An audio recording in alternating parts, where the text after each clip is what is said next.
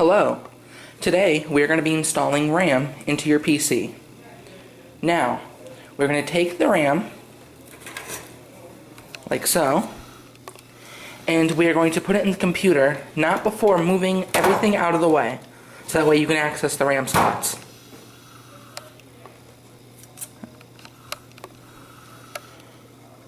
Now we're going to insert RAM into each slot, making sure it's firmly in place, and then we're going to lock it into place, like so.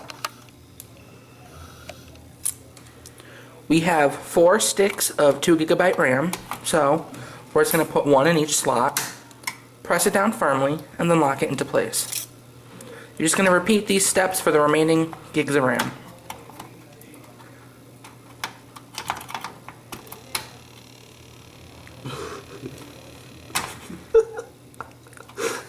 That's a normal noise, don't worry.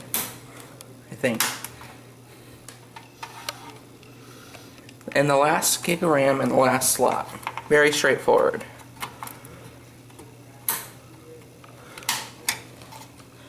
And that's basically it. You're just going to push everything back into place, like so. So you'll have your finished product will look like this.